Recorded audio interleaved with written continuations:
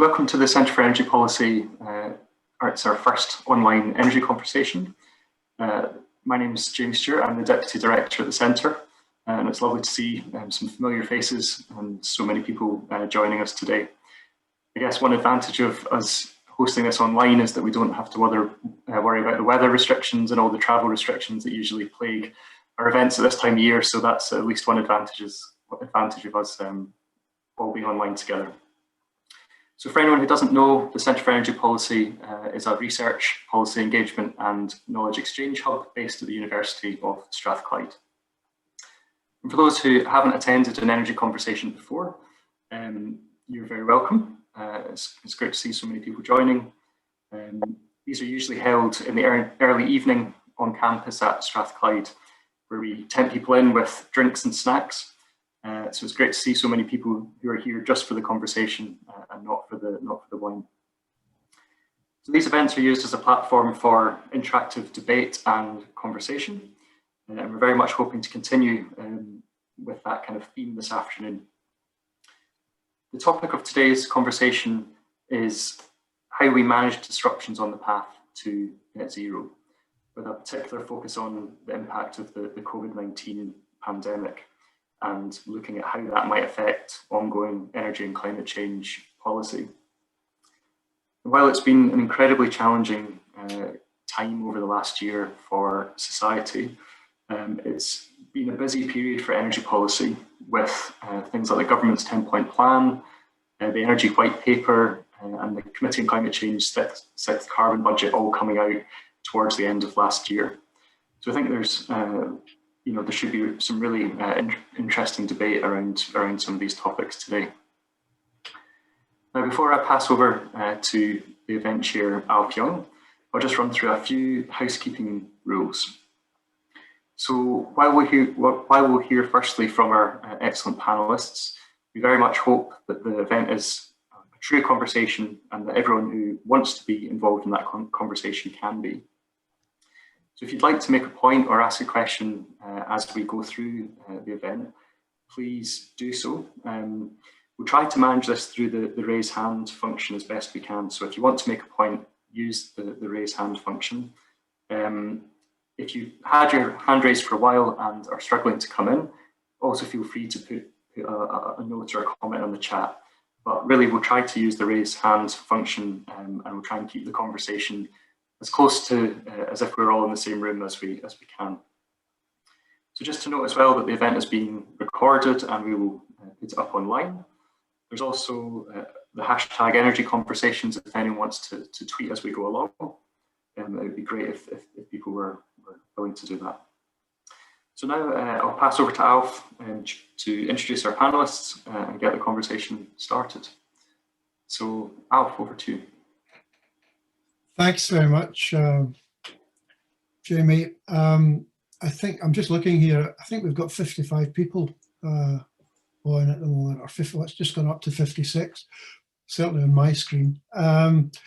That's certainly as many, if not more, than we've had at previous conversations, where, as Jamie was saying, we've met in a room in Strathclyde, and we've tried to have they are conversations. People aren't speaking at each other and making a point and then sitting down and not taking part. It's an attempt to get people interactively trying to get their heads around and raise questions about and ideas about some of the big issues in the energy field of our time.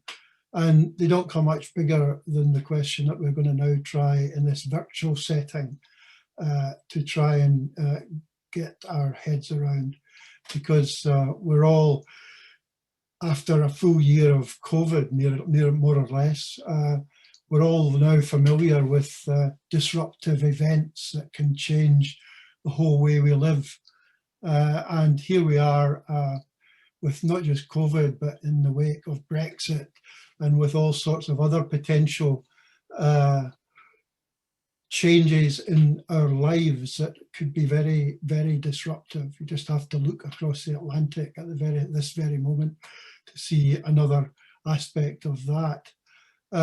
So we've got 3 participants. We were going to have 4, but Sam, who was joining us from Scottish Power, has had to pull out because, like a lot of people, he's got some childminding challenges at home and he's got to deal with those, and they always come first.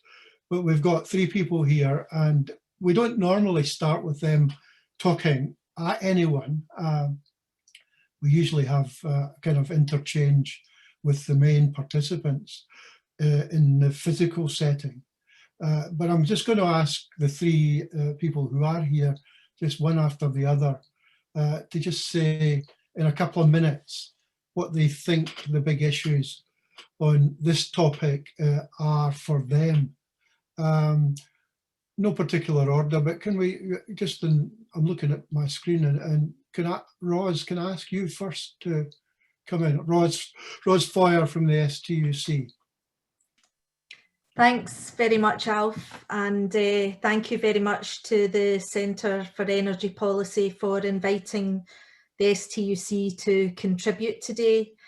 I'm speaking to you in a week that has seen one of the biggest strikes in the energy sector in a generation. We've had 10,000 British Gas Centrica workers having to unfortunately take a decision in these very, very crucial times for those workers to take strike action because of a very opportunistic CEO who has decided to fire and rehire those workers from what were secure contracts with good pensions, etc., into contracts that they believe are necessary to meet the market model that Centrica is operating within these days, and to continue to make profits for their shareholders, etc., etc., etc.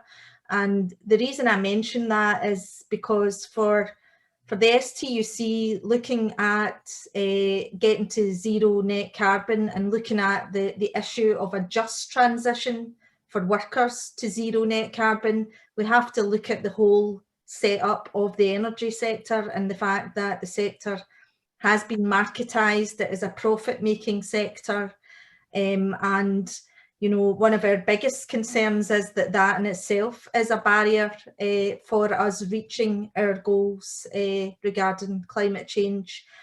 So, you know, the markets and the private sector, as far as the STUC is concerned, are not going to be what is going to be able to build and deliver a just transition for workers or enable us to reach our climate change targets.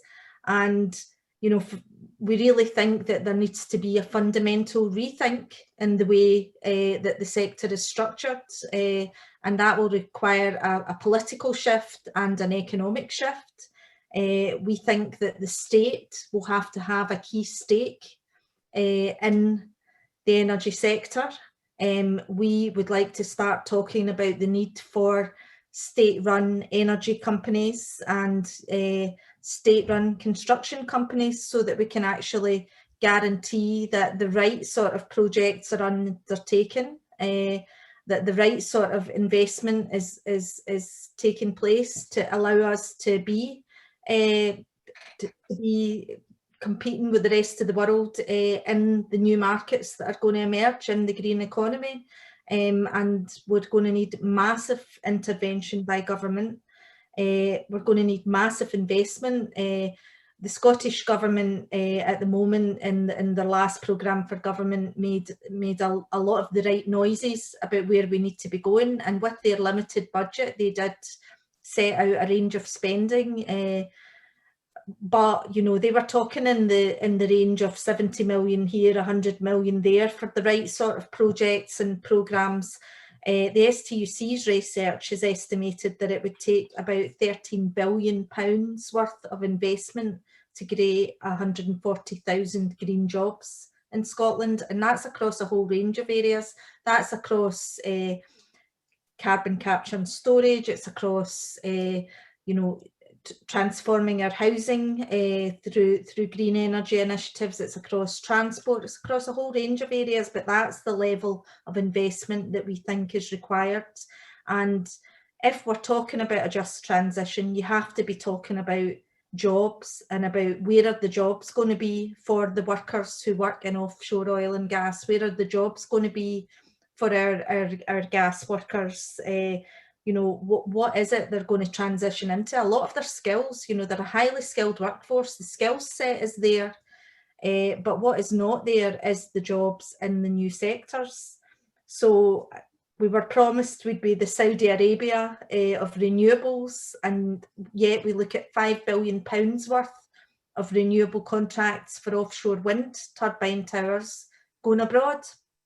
You know, as it turns out, you know, BiFAB will remain, it's gone into administration. There are no prospect of us being able to deliver any local supply chains for that sort of work. And if we can't create the local manufacturing supply chains for that sort of work and find ways of protecting, building and investing in real jobs that actually happen here in Scotland and building local economies, then that is a real problem in terms of us being able to get ordinary working people to buy into this idea of a move to a green economy.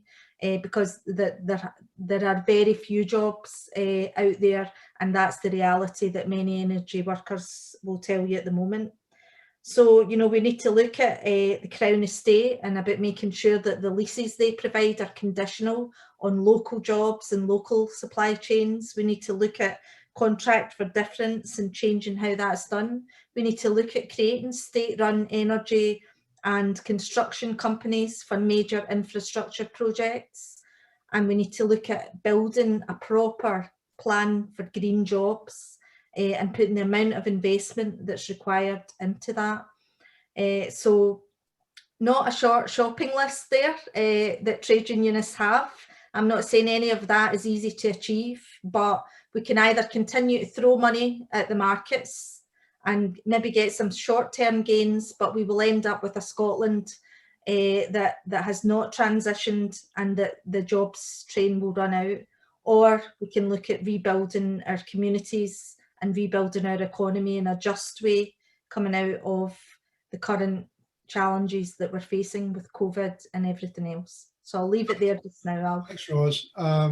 We have got, I mean, you've been talking about green jobs and where they're going to come from. We've got a Scottish politician at Westminster with us. Alan Brown is SNP member for Kilmarnock, isn't it, Alan?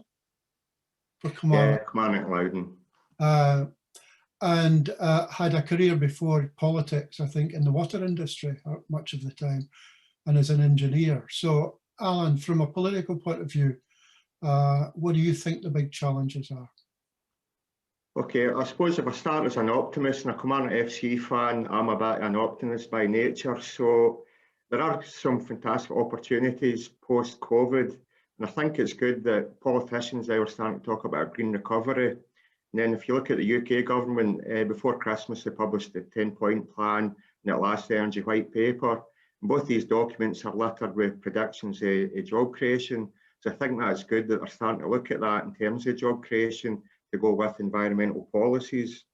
But then if you look at politics, so I was elected in 2015. So since then, there's been 2 general elections, 3 prime ministers, abolishment, energy and climate change department, 5 secretary of states, 24 energy ministers in 24 years. So it's quite clear politically continuity and leadership's an issue. And then because of that, that's why I don't think there's an integrated pathway and strategy for net zero. So there's a lot of policies need to be developed and come together. Until that happens, you've got a policy vacuum. Now this year alone, there's something like 15 policy consultations from UK government associated with the white paper.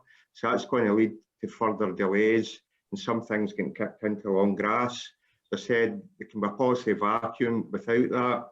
And what worries me politically is that the Tory government's looking at holding on to what they call the Labour red wall seats. So that leads to ad hoc policy announcements and development.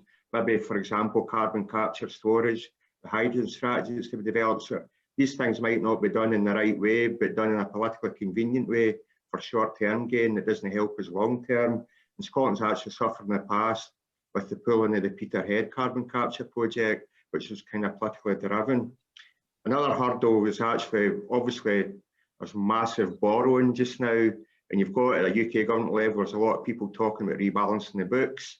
So if we get into any more austerity, then that just blocks any opportunities we've got of that proper green economic recovery. Along with the white paper, there's a nuclear obsession, still trying to sign off another new nuclear power station, £20 billion that is. So that money could be invested far more wisely. Then we've got to look at how the national grid system, the transmission systems operated, the charging policy, that affects renewable development in Scotland, skills, training, development in the workforce, the long-term effects of Brexit, not learning from past mistakes. Ross touched on the contracts for difference procurement. That's something I'd be happy to return to. And then you've got to look at intergovernment relations. And actually, here in Scotland, that the powers of the Scottish Government are so limited, particularly in terms of borrowing and spending, that really prevents the Scottish Government developing independent policies and investing wisely in infrastructure. So there's certainly a lot in the mix that we need to consider going forward. Thanks, Alan. And our third main panel member, if we were together, would have been Karen Turner. It is Karen Turner, but she's on a screen like the rest of us. Karen is the Director of the Centre for Energy Policy at Strathclyde. Karen, what do you think?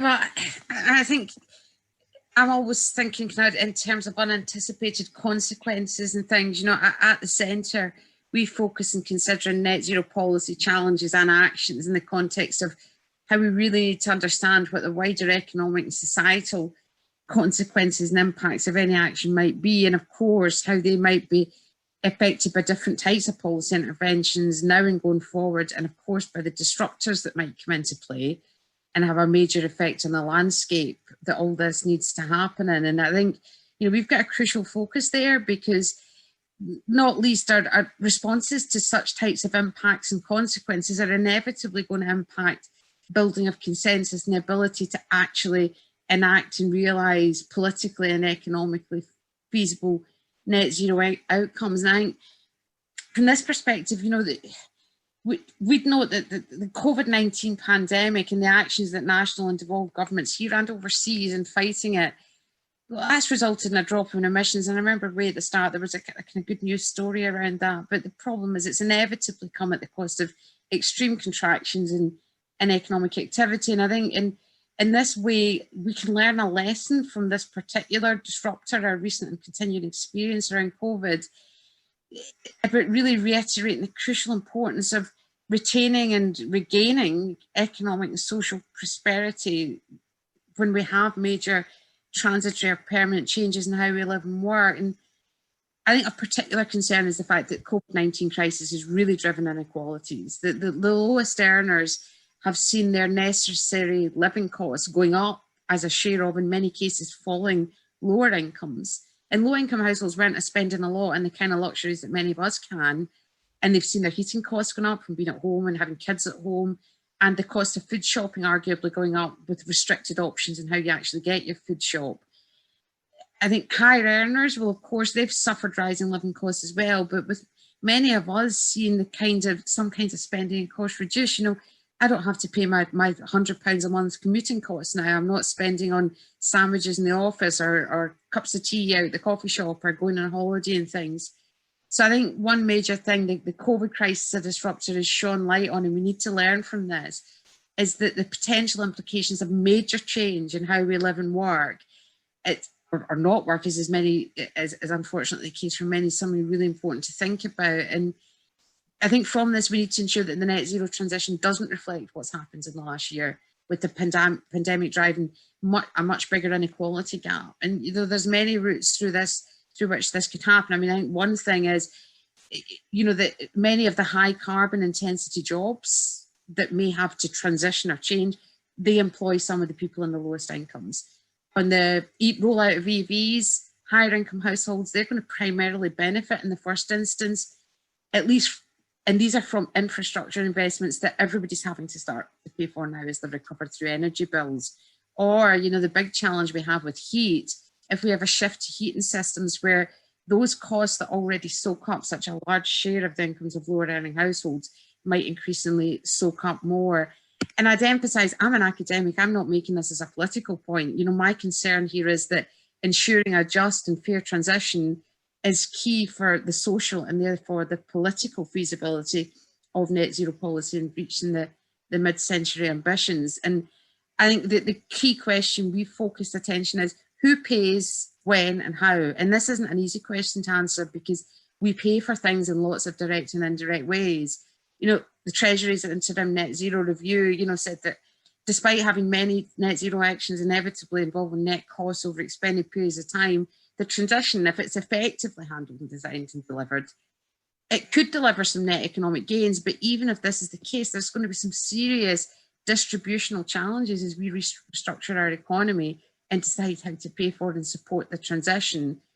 You know, that is, people can pay through their jobs and their ability to earn an income, as well as through the prices they face and the bills they pay. And in short, if people don't earn, they don't spend money and they don't pay taxes to fund any public action. So I don't know, I think my opening comment would be that in short, COVID-19, the crisis has served to highlight in very real terms some of the types of public policy choices we're facing in facilitating the transition. You know, and one that you know, we talk a lot about how we should do things through taxes because it's the fairest way, and it's certainly more progressive than paying through energy bills. But the COVID crisis has shown that if we constrain the spending activity of mid to high earners in the wider economy, this can have negative impacts on the activity and jobs in the service sectors and all those generally lower earners who are employed there. We've definitely seen this during the pandemic, albeit to the extreme and not driven by changes in taxation, not yet anyway. But what it means is that as we're going forward and thinking about this, we need to, I think COVID has shown, we really need to think about what might be the consequences of any action, so that if we're talking about taxation, we've got to think that through as carefully as other routes to doing things. So the pandemic's been extremely challenging for very obvious reasons, but I think it's crucial. We need to learn from it. And I think there's real opportunities to learn from it. So that's my opener up. On that point, Karen, maybe it's a point we could try and seed into a wider conversation. Are people more or less confident after a year of COVID, with all the economic consequences that have yet to flow from the consequence of the pandemic and the lockdown? Are people more or less confident that the kind of challenges that getting to net zero poses to us, that these can now be met as easily as they could have been pre-COVID? I mean, we haven't done any specific research on that, and I mean, it would be really interesting to hear from other people on this. But I mean, you know, I think, you know, generally, there's, whenever you get a big slump, you get losses in confidence, and also you get changes in focus. And I think on the one hand, you know, we've heard quite a lot about growing back greener, and there has been a lot of discussion about this and how it's an opportunity. But, you know, again, I'm always thinking, you know, is people's eyes really on that, seriously on it? And what about all the people who might end up paying the most? You know, I always remember, you know, way before Jamie came to work with us, you know, talking about, you know, there's much bigger monsters at the door. So I don't think there is one answer that you could give for that. You know, even across business, there will be, you know, kind of challenges over confidence and making funds available, but then there will be opportunities for other types of business. There are also, you know, kind of, as Ros was saying, you know, that if restructuring decisions get taken now to handle the pandemic, that might set a company up better for what it thinks it needs to do for net zero, but it doesn't, it then has knock-on impacts if it's affecting people's working conditions and ability to earn. So I think the problem is we don't have a single answer to that question.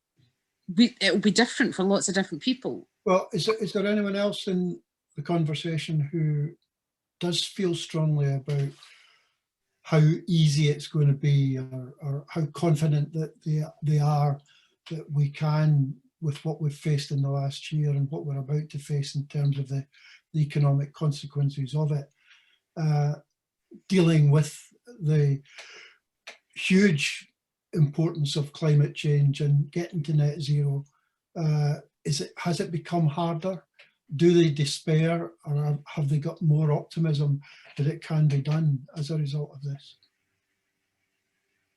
There's Matthew, correct? Hi there, yeah, I'll just jump in. Unlike me, of course, to jump in when I can. Oh, go ahead. Can you hear me here? Yeah.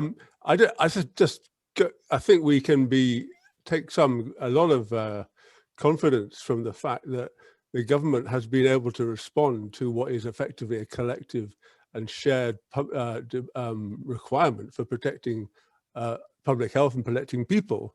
And so the capacity for government to act, and as Ros says, the importance of the state, the government stepping in when there's a crisis, has absolutely been confirmed. But the sense that it will be done in the right way, and again, as Ros says, that it will be done in such a way that people will get the jobs that they need of the right quality, and that in doing that, we will make the labour market more equal, not less, more equal, not less equal. I think people's confidence that these governments can deliver that is probably shaken. So I think it cuts both ways. I think certainly some of the way the Westminster government has dealt with the COVID crisis leaves us puzzled about how they could possibly make those mistakes. So I think, I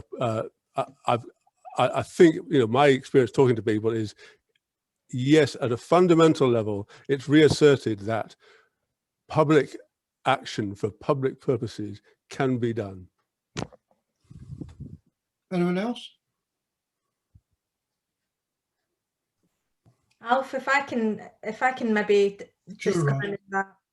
I think that these are some of the really fundamental issues that we're dealing with, and it is a question of what have people learned, what has the public learned from this pandemic. I think it'll all come down to that, about how people feel. There have been so many things that we've learned, and I think in a sense Matthew's right, that we've learned that big government is necessary in a crisis to be able to dig into reserves, and almost a lot of the neoliberal sort of arguments that we've had in the past have lost a bit of their ground and are looking a bit old-fashioned, because we're right back into a much more Keynesianism kind of approach that's about borrowing to invest and making sure that everybody's, that we are injecting money into the economy and that we're looking after people, and we've got the furlough scheme and different huge things that I think a year or two ago government would have told us were impossible and not able to be done under austerity, have had to be done because of the crisis we're facing. And we've also learned that it's a lot of the lowest paid workers that have turned out to be the most important in protecting our society and looking after us, and that our public services are important. So I mean, I have a hope that perhaps if people are learning some of these lessons, that they will be prepared to challenge and expect more and ask for more. And we're going to have to put some money into rebuilding our economy, full stop. It's going to have to happen. So I think there is an opportunity for making sure that that does help achieve our goals for net zero. There's no reason why we shouldn't be rebuilding that economy based on a green future.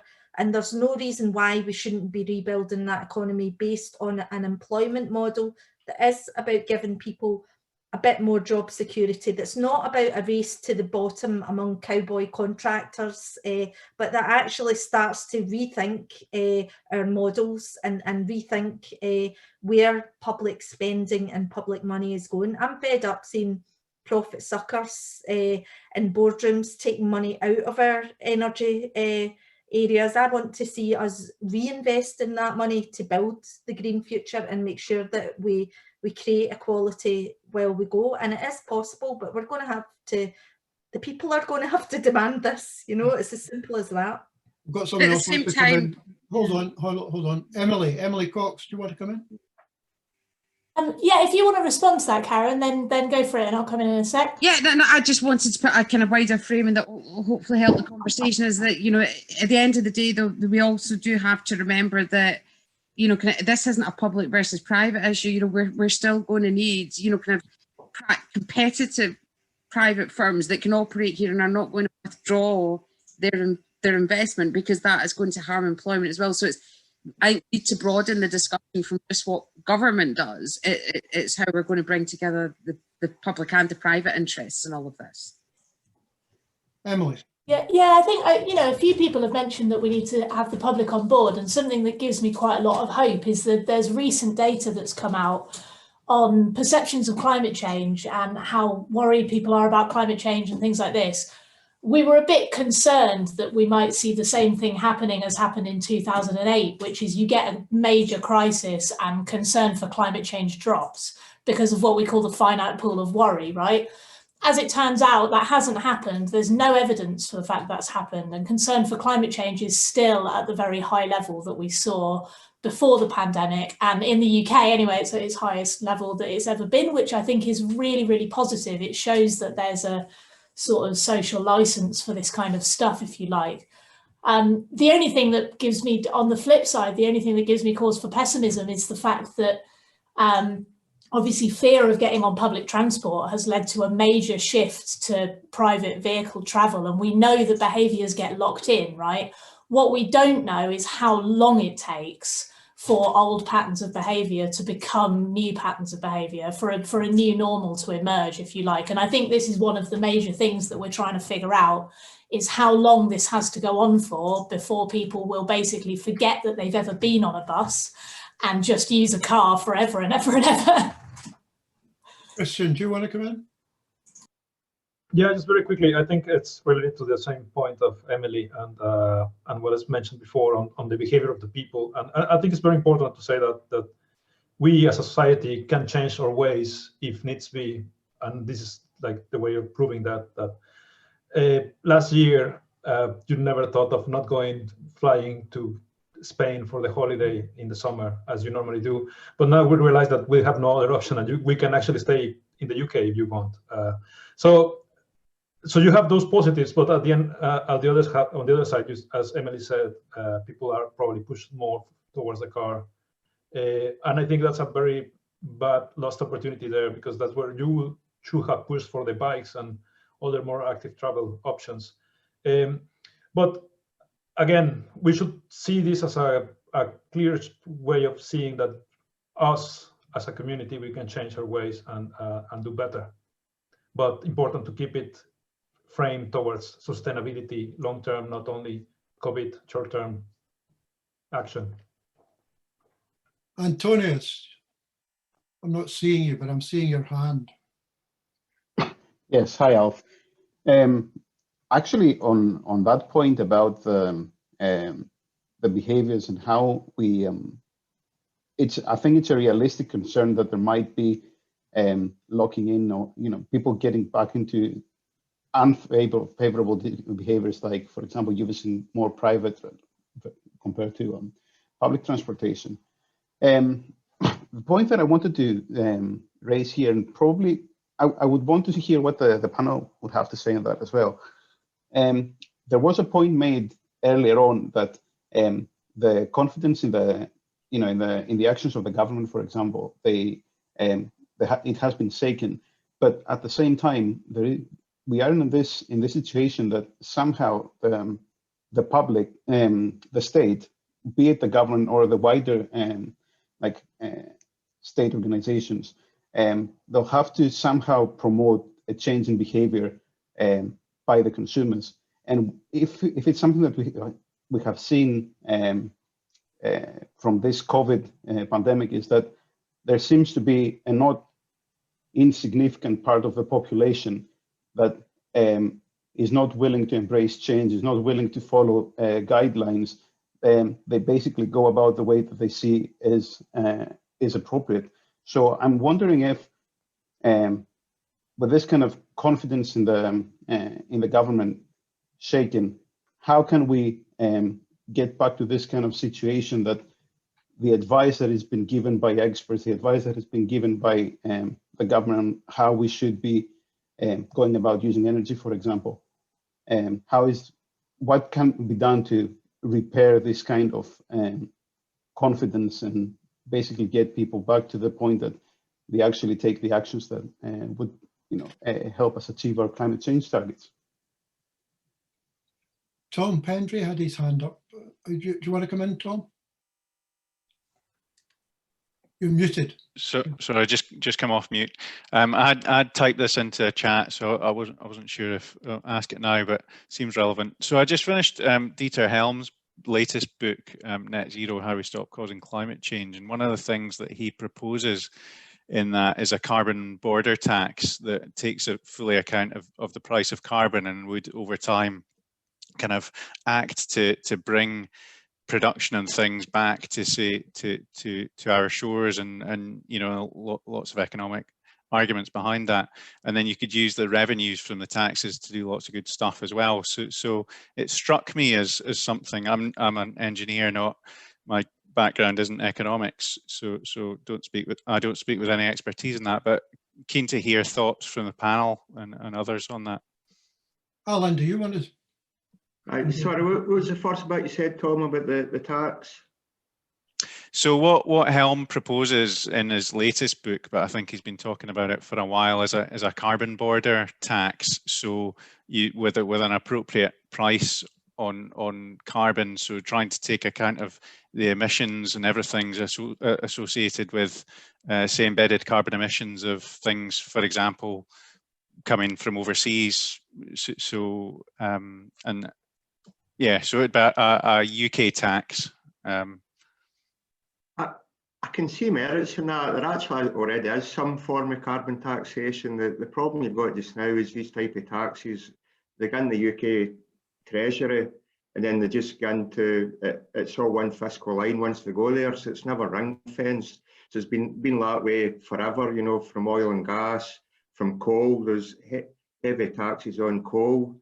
So in my area, we actually had an open cast coal mine, coal mines that went bust, try to get money out of the Treasury to pay for restoration, able to point out how much taxes were actually levied and paid to the Treasury, but then the answer would come back, well, it doesn't matter, you know, the money just goes in and, you know, it's then part of Treasury. So there's merits in that, but that would certainly mean a shake-up in the whole tax system, actually ring fencing. And the same way even with air departure taxes and whatnot on flying. So that was brought in as a green measure, and it's never reinvested actually in green policies. Now I actually favour that. If you levy a tax for a particular reason, you should ring fence that tax money to re-spend it in what you say you're levying the tax for. So I think there's merits in what you're saying about what Dieter Helm's saying. It's interesting, he did a big review for the UK government a few years ago. That's right. They didn't like his recommendations, so that it just get parked on the shelf and never used.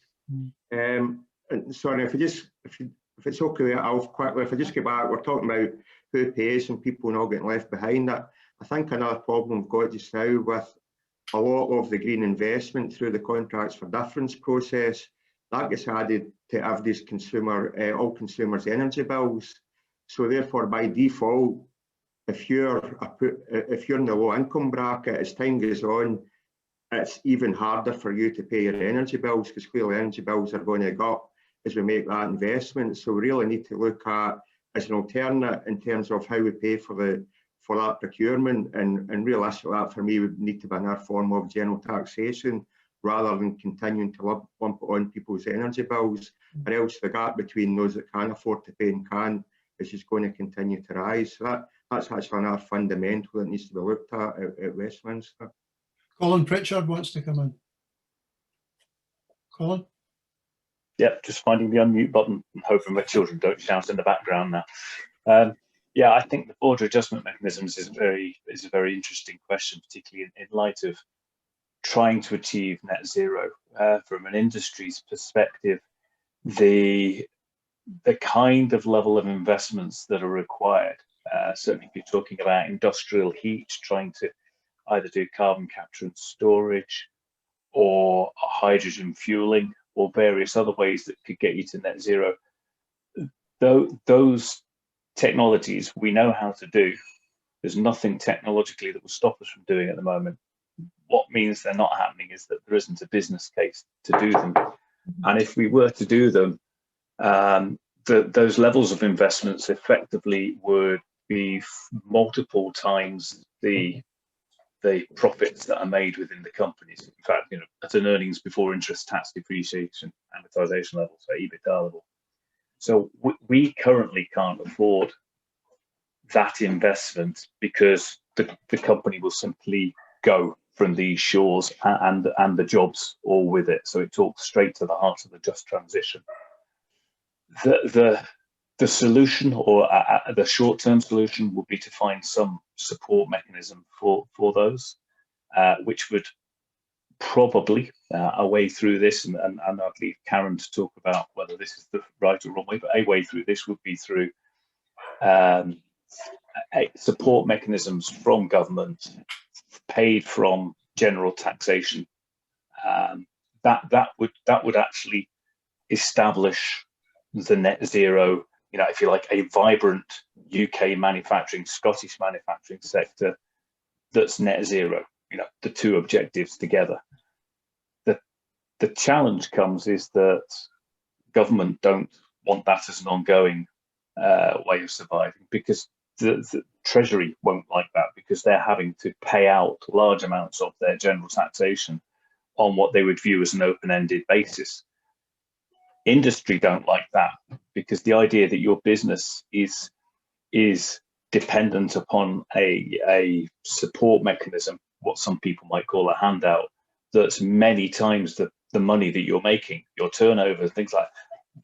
That's not liked by industry. That's a very vulnerable, precarious position to be in, because government policies change and those incentives will go, which means that the medium long-term solution is that the costs of carbon are genuine and are avoided, so that you can actually get a support, or you can get a business case that will work.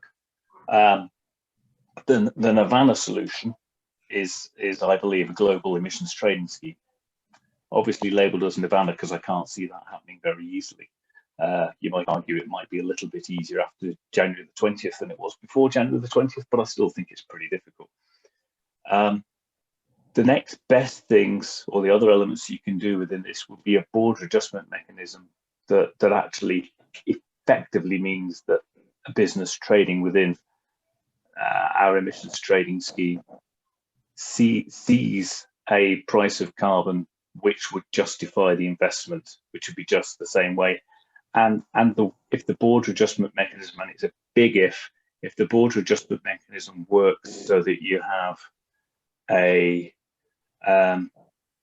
if imports have to pay it, so that in our home markets you're competing on a level footing, and also, and this is the one that governments struggle to get over, but it's absolutely imperative, if when you export you receive a credit, that means that you are actually your selling price in the export market is exactly the same as somebody who's producing outside of the ETS, but you're getting that income so that you can actually pay for your net zero abatement technologies, whatever it happens to be, then that will work as well. There is a third one which is more specialist, which is that you actually have products with emissions standards. So if this could talk to government procurement processes, and even just generally, if you want to use a certain widget, it has to have a certain net zero quality or negative zero. Maybe Brewdog would love that if it was a negative carbon footprint on beer, since they've moved that way.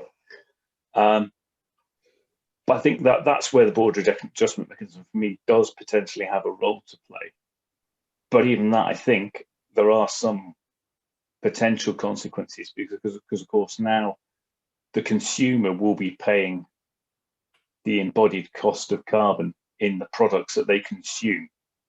And if you're talking about a cost of carbon that for these technologies probably has to be 150, 200 pounds per tonne, that's an appreciable sum of money. And then we start to go down the same avenues of fuel poverty, but we start to drive a carbon poverty problem.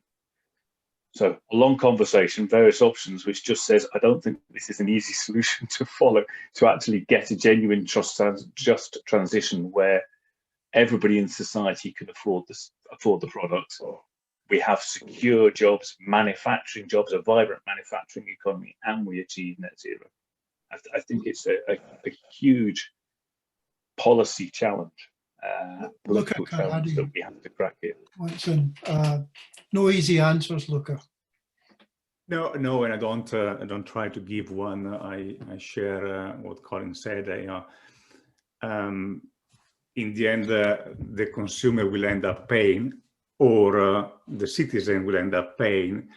I'm not sure how it works, but we need to come to terms with some of that and manage the distribution effect. So, we can't keep going thinking that buying a cotton t-shirt for less than £1 is normal, because that t-shirt has a social cost of, probably child labor, in addition to the environmental cost of the material and the process and its use once. So the concept of the externalities and internalities, get them into the price of things, and the right price of things is probably a destination to take somehow. The point is, how do we transition to that state of things? How do we make in a way that is not exacerbating the inequality, and especially the energy poverty, but somehow you level it up? And so, the border carbon tax is a way of doing that. Nothing is perfect. You raise a very good point, Colin, on that you need to also work on export, because it's all very well preventing steel made in China or anywhere else to come into the UK in order to, or not preventing, but making it more expensive to compensate for the decarbonization effort of the steel factory in the UK. But how do you make the UK factory, which is net zero, competitive on the global scale if it is competing with other countries that don't care as much? So that's a very important point. One thing I wanted to make a comment on the topic before, right? So the different role of government that we have seen during the pandemic compared to the predominant the market forces concept of before, and that was definitely helped by the low interest rate that allows to borrow. But also, I think the sense of panic that was there in April when we saw the street of the markets losing a fourth of their value in a week, and we didn't know. There were talks, if you remember, of this is like a war. This is like massive unemployment, saving destroyed, and reality market recovered. Well, almost recovered, or they're pretty much there. But there is that K recover, in which some big companies or the knowledge worker like us that can work mostly through video, are less impacted, and instead manual workers or other part of the population are only supported by the government in this moment and by the furlough scheme and whatever scheme is there. So there's probably a need to rethink a bit of the economy, avoiding that increase of inequality. And I close, I know it's long, but I close, and I wonder if the opportunity of COP26 doesn't offer the place for I'm dreaming here, right? So we're going to the utopia, but a global rethink of the economy and what should be measured and what's important. So this thing about growth is driving some type of behaviors, including the fact that the government can increase the income by the growth, not by increasing taxes. So you keep it the same tax rate, but you get more money because of the growth. And so that is driving a number of behavior that we can't really think that it's going to be growth forever. Global population will start to plateau and decline at some point when the growing economy become more advanced. So how do we anticipate that? Is that a new paradigm that we should start thinking of? And maybe is a Glasgow COP26, the combination of the social pressure, the climate pressure, the opportunity for a different paradigm that brings the environment, the externalities, and the social difference into the mechanism, and we stop measuring everything in GDP, which is proven not to be effective. I told you I was dreaming, right? You really think, Luca, that COP, when it arrives in Glasgow, can get away from being a global debate about climate and what to do about it to starting to be really quite fiscally revolutionary in what the other remedies about how people are paid and how they live their lives in a reasonably materially sound way? Can all these things be squeezed into just a week of debating climate? Or is this not maybe, once the experience of COVID is over, and the experience of the whole pandemic is a thing of the receding past, that we can actually start thinking about, if we could do all these extraordinary things in a pandemic to keep the societies afloat, why can't we do it in more normal times and restructure the way in which we all live our lives and pay our way? I hope so. I think the difference that do you have any confidence that it's possible? I want to be an optimist, and there's time to influence that before it happens. So why don't we try? Yeah. You know, the climate change. Someone said before. Apologies, don't remember. Emily probably. There hasn't been a decline in the attention to climate change on the climate change issue. Well, I'm not so sure about that. That's what we hear, but we hear from the people that are still active and they're not spending their time trying to find a job during the pandemic, or they lost their job.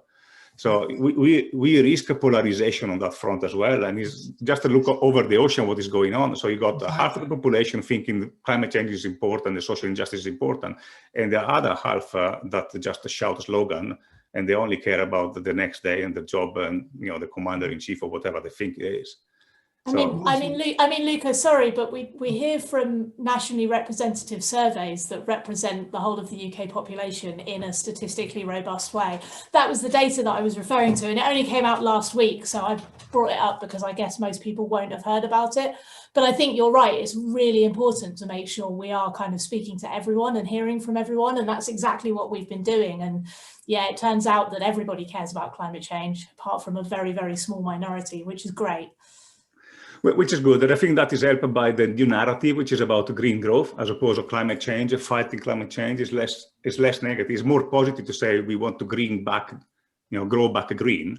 Is a positive message that combines hope for employment and welfare with the climate element, which is I think a good strategy. But the question is growth the right paradigm? I'll stop here, I promise. Ros wanted to come back in. Yeah, thanks, Alf. And it really is on that point. What do we, you know, clearly it costs a lot of money to deliver the transition that we're looking for. It's not a cheap thing, the amount of investment required.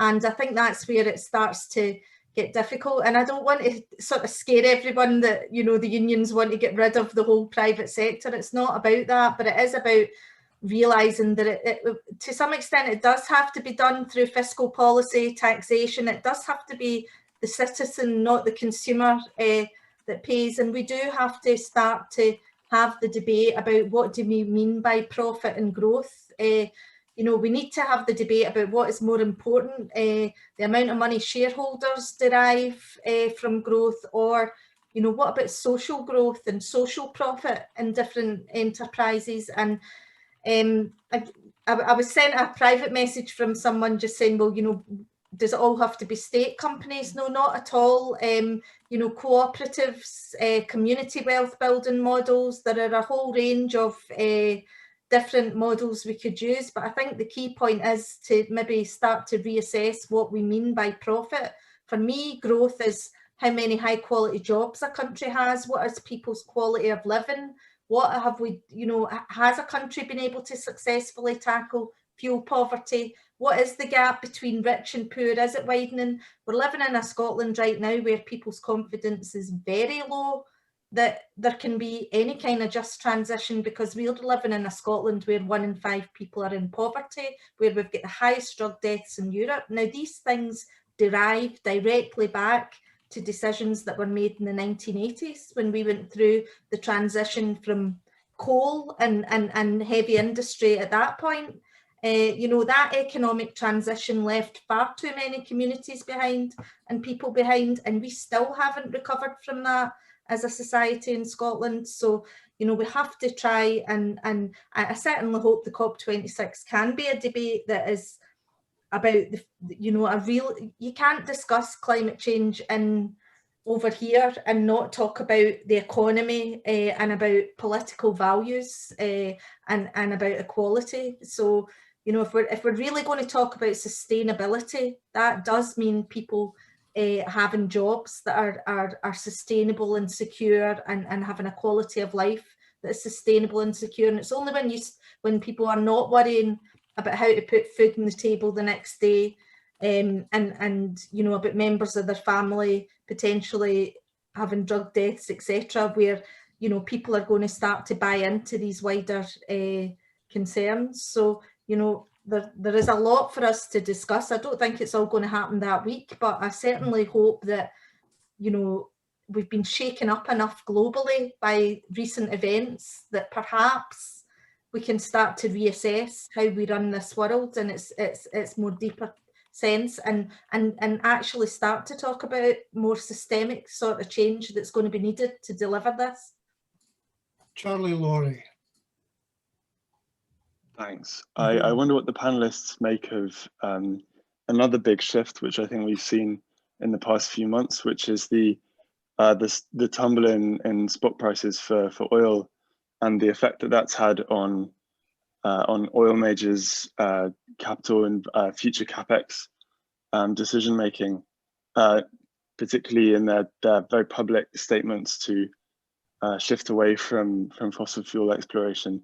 We've obviously seen how Denmark has announced that it won't be conducting any future exploration as well.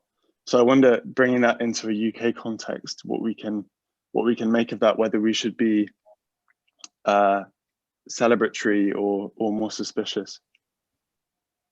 Why would you think people might be suspicious?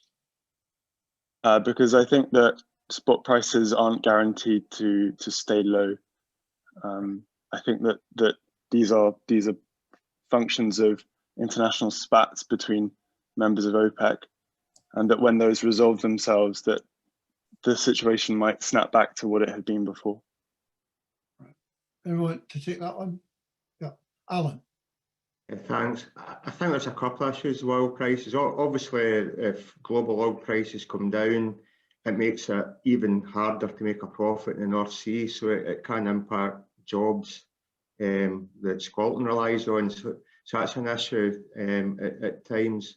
There is a reality that we're going to rely on oil and gas in the UK for a long time to come, whether on, you know, even as part of our path to net zero. So ideally, if we're going to be doing that, we want to protect Indigenous jobs.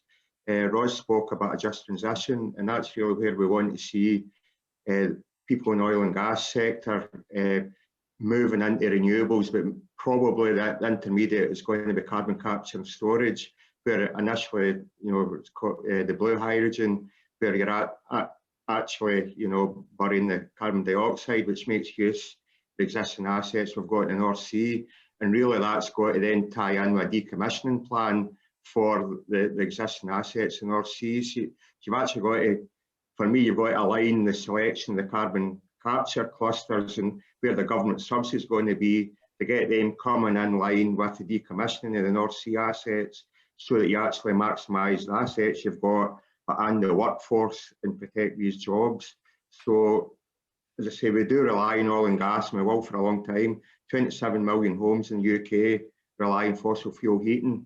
So it's going to take us about 20 years, if we're realistic, to actually transform the heating system in 27 million homes. So we do need to protect these jobs and create that just transition. Karen, do you want to say anything? Yeah, apologies, Alf. I haven't figured out how to use the hand up function in Zoom, so I was hoping you would come to me. I would agree, with Alan here, is that, kind of, yes, we need to get away from using oil and gas, but it needs to be, it's not just a transition, it's an evolution, because of the fallout that we could have in jobs if you have too big a lurch. Also, with so many homes heated with gas, which is currently the lowest cost way to heat your home, the lurch that you would have if you had a dramatic shift away, if it just shut down overnight. I think also, it is this point about repurposing and making the most of what we've invested in before. And I think, if we're starting to look at, solutions like hydrogen or things like carbon capture and storage, and if we're going to not only look at these as technological solutions, but as opportunities that Scotland and the UK there could be new industry there. You know, for example, can you export transport and storage services? You know, we've got this capacity in the North Sea. You know, can we get other countries to pay us to look after their carbon and things?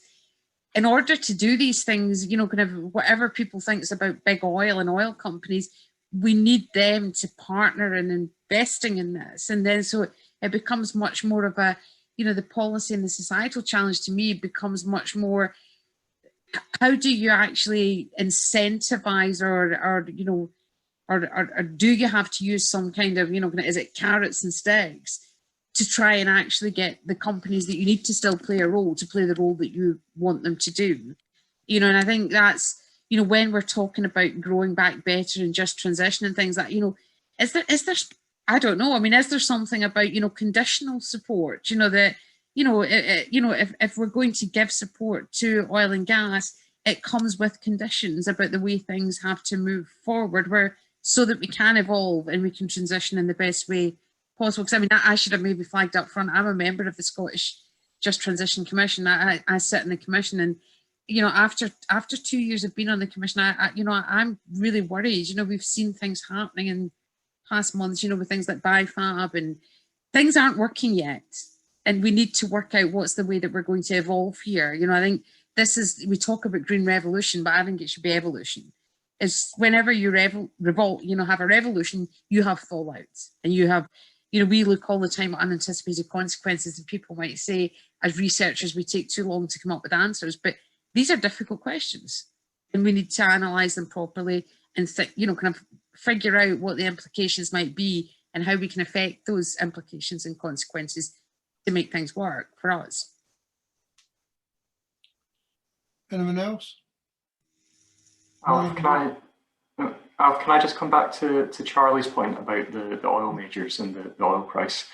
I think it's a really interesting topic at the moment, and it's moving so quickly. So you've got the big oil majors making net zero commitments, and you know, at the same time, because of the low oil price, they're struggling financially. You see the likes of Shell cutting 300 jobs earlier in the week, and I heard someone on the radio from Shell saying that the low oil price was accelerating their kind of focus on net zero commitments and the transition, which I think can be seen as a positive thing.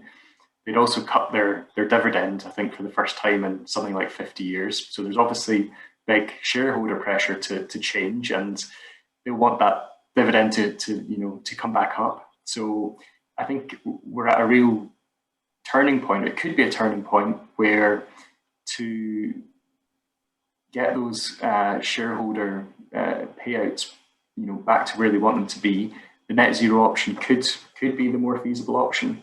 I think the big test, as you put forward, is that if those oil prices come back in the next year or 2 years, the oil majors face that big decision of do they pull back and you know, really accelerate that transition, or do they fall back on what they know and what they might see to be the kind of easier way to pay those shareholder dividends. So I think it's a really crucial time. It's exciting in some ways, but I think we'll have to wait for a couple of years to see the result, really. I think Malcolm Bridge wanted in, yeah? Yes, I'd a couple of points I'd like to make. First one is that these are more technical in a sense than political. Most of the discussion's been political. Firstly, there seems a reluctance to adopt what I would call a softly approach. Yes, we're talking about insulating properties. That is a win-win, however you look at it, unless you're wanting to sell gas or oil for heating the property. But sort of a progression of insulation, reducing current fuel usage, particularly things like fuel cells, would probably help there. You can go quite a long way down the road before you get to anything that's seriously disruptive or even seriously contentious. The other point, which is totally unrelated to it, is that as a scientist, I consider carbon capture to be a scientific nonsense fundamentally. It's hiding a problem. We worry about nuclear waste being with us for thousands of years. Any captured carbon will be with us forever.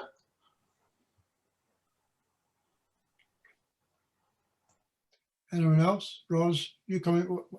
Yeah, just I mean, on this particular issue around oil prices, I think that the biggest tragedy really would be if we ended up being an importer of gas from abroad, or even more so an importer of gas from abroad when it can support Indigenous jobs. And I think that, you know, we do need to think about the type of jobs that are carried out offshore. Many of the union members who work offshore are in reality construction workers who could be, you know, transitioned quite easily to different types of work. The vast majority of the people who are actually working offshore are not the drillers, but are maintenance workers whose job is to make the installation just stay together in the middle of all the tough environment that the sea and the wind and everything else throws at it. So, you know, you can see a way that those workers could be transitioned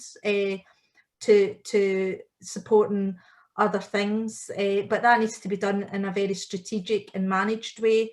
And I think to take their livelihoods away so that we can import gas or fuel for someone else, but not to deal with the 27 million houses in Britain that use gas at the same time in a managed way, would be a real tragedy and would leave a lot of workers suffering.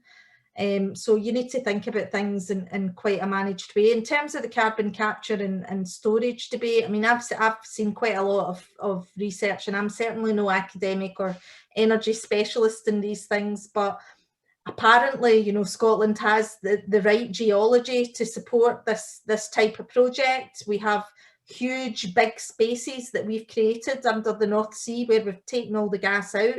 In effect, we're just putting a different type of gas in, and that gas is sat under there for thousands of years till we took it out. So if they can be plugged properly and it can be safely kept down there, and we can create an industry out of that employs people, and that can help to address some of the issues the world has with carbon, then I think, you know, it's certainly worth a go.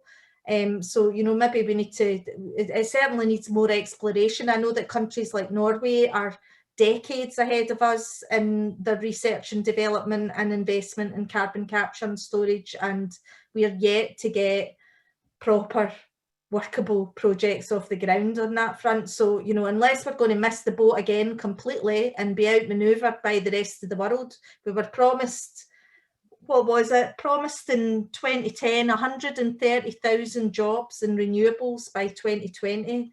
And I think we ended up with about 20,000 jobs. So, you know, we don't want to end up there again on things like hydrogen, carbon capture and storage. So we need investment now to make sure that we can lead the world in these things. Charlie Laurie, did you want back in? No, thank you. Those comments have been extremely useful and insightful. Thank you very much. Okay. Did you, Luca? Did you want back in? Yeah, a couple of points. Actually, one is on the jobs transition. So when we look at capital projects or installation, there is an equivalence in, you know, installing an oil platform, installing a wind farm. But when you look at operations, both wind and even carbon capture will be highly automated. So we cannot reasonably expect the same level of labor intensity in offshore jobs. It would be a translation of different type of job. It would be more onshore jobs, more on the planning and the coordination and the remote operations. The carbon capture, we shouldn't have too much expectation on the jobs on carbon capture, but the combination of carbon capture, blue hydrogen, green hydrogen, and renewables has the potential of almost doubling the employment compared of the current oil and gas industry by 2050 if it is done properly. It's not just carbon capture, as I said, it's not really labor intensive, it's more of a capital intensive activity. I want to answer one concern about Malcolm. I think, you know, once you put CO2 in the reservoir or in the geology, it progressively becomes rock. and therefore, yeah, it can't stay there forever, because the longer it stays, the longer it becomes rock, carbonate, and therefore it's not exactly the analogy like the nuclear waste, and there's plenty of study. And so it is going in the right direction, I think, taking advantage of the Scotland natural advantages in that sense. I only have one point, which is... Before you go any further, I think Malcolm wants to come back on that point. Yes, I would certainly dispute that suggestion that carbon dioxide ever becomes rock. Carbon dioxide will stay as carbon dioxide forever, unless it's subjected to the sort of temperatures and pressures that caused rocks to be formed in the first place. And if that happens, there won't be any of us around to bother about it anyway. That's fine. I mean, that's a topic, I think, for the Scottish Carbon Capture Sequestration Centre. You know, that's their publications are investigating. I'm not an academic. I leave that to them. But, you know, on the transition, I think an important point for Scotland could be, you know, the International Energy Agency is launching a global commission for a fair and inclusive transition, which is headed by the Prime Minister of Denmark. And that is expected then to publish or to share whatever they discuss, probably at COP26. Scotland is one of the few countries, or very few, who has set up a Just Transition Commission and is already working on that. And Scotland is hosting COP26. So I think that we should try to be a leading part or an active part of that global commission, because Just Transition is not the transition for Scotland as only. We need to think of the transition in all the other economies, especially in developing countries. But Scotland is ahead in that transition and therefore can take a leading role, and we should. Anyone else? I see Karen's just in the chat has just said that people are beginning to drop off. Can I just come in just on what Ross was saying about getting ahead and creating jobs, and I do agree with that. So quite often the phrase world leading gets bandied about time and again, like the UK being world leader in electric vehicles, which they're not. You know, we did miss the boat procurement for onshore wind and, you know, actual manufacturing sector there. So there's talk about being world leading hydrogen, but Germany's announced that are committed €9 billion to the hydrogen fund. The UK government's committed 240 million. The Scottish government's actually pledged 100 million over 5 years.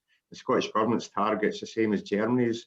So if the UK as a whole is going to be world leaders in this, it actually does need that bigger government stimulus just now. And the fact you go back to some of the points that were touched on earlier about government doesn't like doing open-ended commitment to business. Well, that's true, but under CFD at the moment, it's not open-ended because you enter a contract for a certain period of time. So that could be done just for hydrogen, for carbon capture and storage.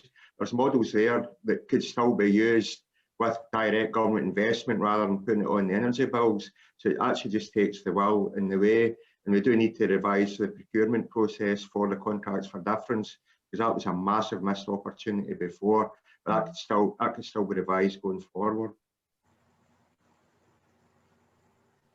Anyone else? Got my hand up there, Alf. Sorry, I'm not seeing it. My hand's up. It's Matthew.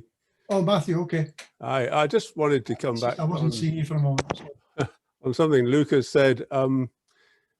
Scotland's pretty good at talking about just transition, genuinely quite good at it, but not very good at delivering it. And obviously we've touched on the BIFAB issues, but also Alexander Dennis losing jobs and other places. So I just think we should be incredibly modest, and we should listen to, I mean, you mentioned, I think, the Prime Minister of Denmark. Yeah, let's listen to Denmark, because I think they do know how to do it.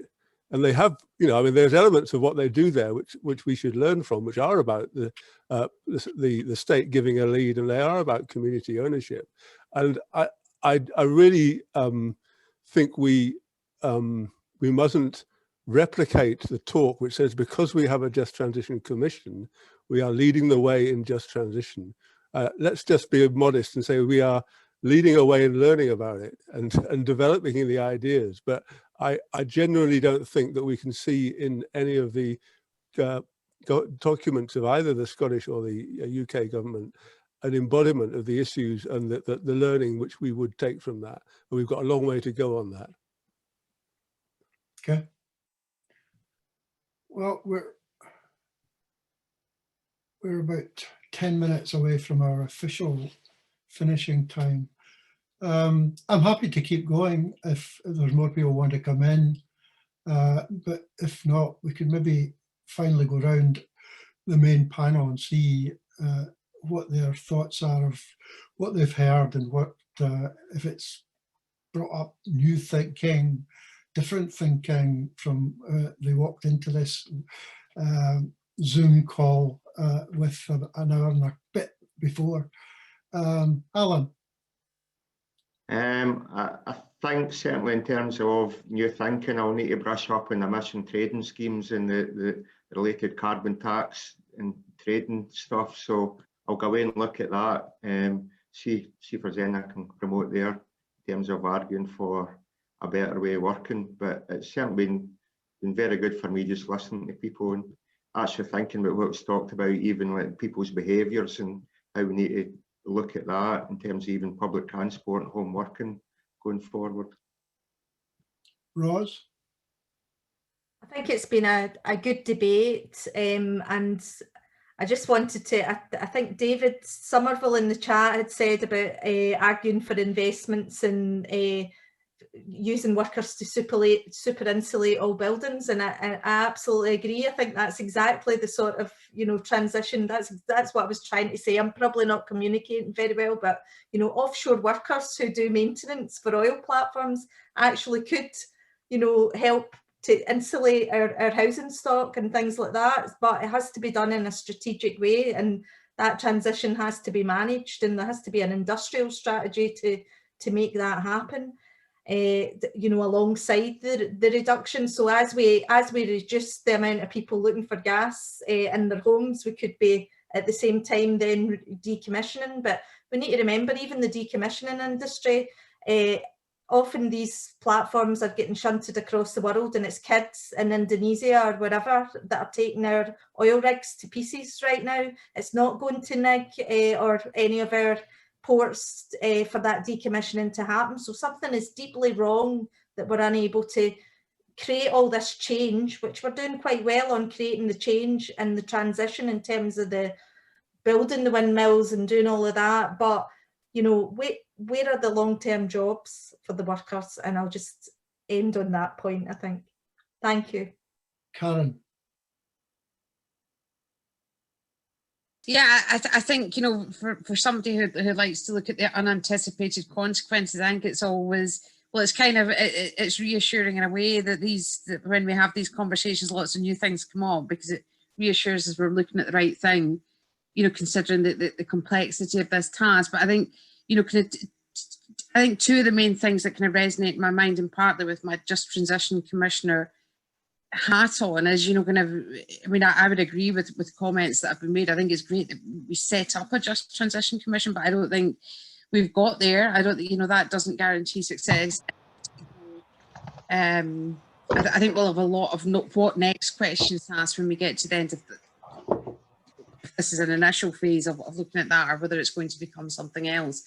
But I think, you know, a key issue there's two key issues that kept on coming through there. You know, one is, you know, the other thing that Scotland sometimes can wrongly claim credit for is, you know, we've got climate ambitions and we're reducing our emissions, but if you're reducing your emissions just by replacing it with imports from overseas, that doesn't mean to say that we're reducing global emissions. So we're not meeting our climate change targets, and we're definitely damaging the just transition. I think the other thing, and you know, again, in this insulation point, not only is an opportunity for jobs, you know, a critical thing, not the only thing, but a critical thing that we need to do through this just transition is, or well, keep on calling it that, through this transition process, is that we need to try and ensure the costs of living are as low as possible, particularly for people in low incomes. And energy is not the only part of that. You know, we end up substituting, you know, kind of, we get lower energy prices, but then we've got higher prices in goods and products. And, you know, this is Colin Pritchard dipped in earlier on, but we had a really interesting conversation not so long ago about you know, we often don't think about, you know, we produce petrochemicals in this country, you know, if we end up making these kind of processed products really expensive so that we end up making deodorants and shampoos and all the things that we use in our bathrooms that have got these things in the supply chain, you end up alleviating the other types of poverty. And, you know, we've done a lot in Scotland, you know, with government legislation and what like the University of Strathclyde and other institutions have done around period poverty and things like that. But we need to be careful that in pushing one kind of poverty down, we don't push up another one.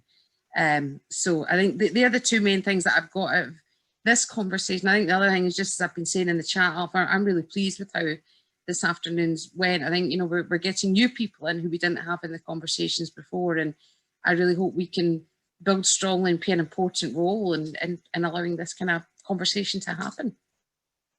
Okay. Anyone else got anything to say or desperate to say? You happy, Jamie?